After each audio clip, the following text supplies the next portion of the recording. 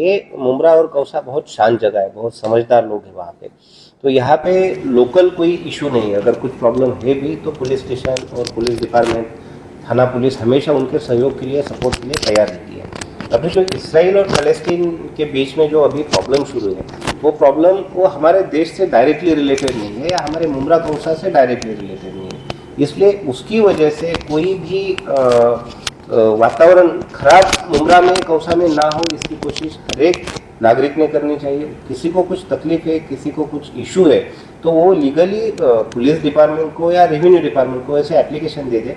लेकिन वो प्रॉब्लम की वजह से मुमरा में कुछ प्रॉब्लम ना हो, इसकी सभी लोगों ने विशेष दक्षता लेनी चाहिए। इजराइल और फिलिस्तीन की वॉर को लेकर जिस तरह का माहौल चल रहा है, इसको लेकर काफी बातें की जा रही है कि भाई कोई हमास का सपोर्ट कर रहा है और कुछ गलतफहमियां फैली हुई है सर, और कोई अप्रिय घटना ना हो। उस ताल्लुक से आप क्या मैसेज देंगे मुमरा कौसा क्या आपको? AEM न्यूज देखने के लिए फेसबुक पर लाइक करें, यूट्यूब पर सब्सक्राइब करें और बेल आइकन दबाना ना भूलें। मुमरा और कौसा के सभी नागरिकों का मैं अभिनंदन करता हूँ।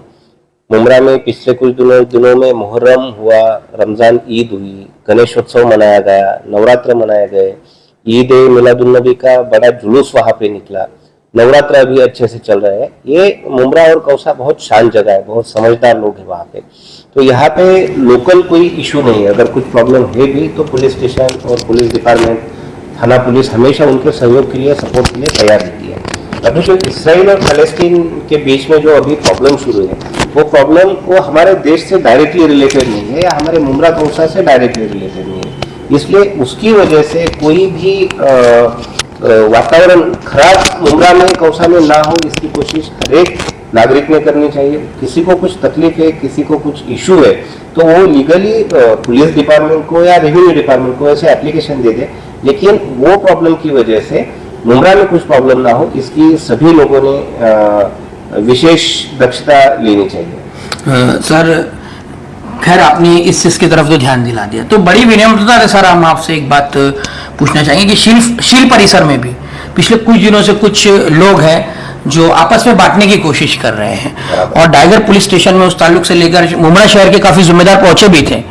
तो सर मुमरा की आवाम से आप अपील कर रहे हैं, तो इस तरह से उन पर कार्रवाई क्यों नहीं हो रही, ये भी सवाल उठ रहा है। डाइगर पुलिस स्टेशन में आप जो बोल रहे हैं, वहाँ पे शील फाटा के कुछ इश्यूज हुए थे, तो उससे रिलेटेड हमने प्रिवेंटिव एक्शन की है, चैप्टर केस शुरू किए है। और जो लोग वहाँ का माहौल बिगाड़ने की कोशिश कर रहे थे, वो किस जाति का है, किस धर्म का है, वो ध्यान में ना लेते हुए वो लोगों के ऊपर हमने प्रिवेंटिव एक्शन ऑलरेडी शुरू की है। वो लोगों का हमने डोजर निकाला है, वो उनका एक रिकॉर्ड अलग से फाइल बनाई है। अगर वो आगे कुछ भी करते हैं तो हमारे पास अभी अच्छा रिकॉर्ड है, और अगर एक भी गलती किसी ने की तो उनके ऊपर बहुत stringent action. Sir at the end sir, ये जो आपने इजराइल और फिलिस्तीन की बात की, उसके एक क्लियरिफिकेशन हम चाहते हैं कि प्रोटेस्ट करने की बिल्कुल मनाही की गई है कि कोई प्रोटेस्ट करेगा तो फिर कानूनी कार्रवाई उस पर होगी। लेकिन भारत देश है, जो माननीय प्रधानमंत्री नरेंद्र मोदी है, वो खुद फिलिस्तीनियन कॉज के साथ है, मतलब भारत का विदेश मंत्रालय भी इसको वो कर चुका है। तो क्या फिलिस्तीनी कॉज के ऊपर कोई पोस्ट करता है या फिर उस ताल्लुक से कुछ कहता है तो उस पर भी कार्रवाई है? अभी लॉ एंड ऑर्डर जिस गोष्ठ से, जिस बात से बिगड़ सकती है, उसके ऊपर तो कार्रवाई होगी।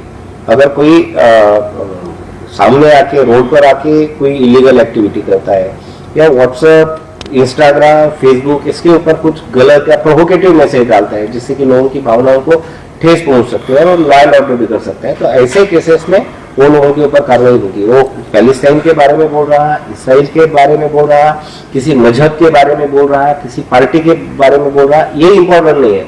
जिससे लोगों को प्रोवोकेशन जाएगा, वो वैसे लोगों के ऊपर लॉ एंड ऑर्डर पे मसला है तो लॉ एंड ऑर्डर मेंटेन रहना चाहिए। ओके।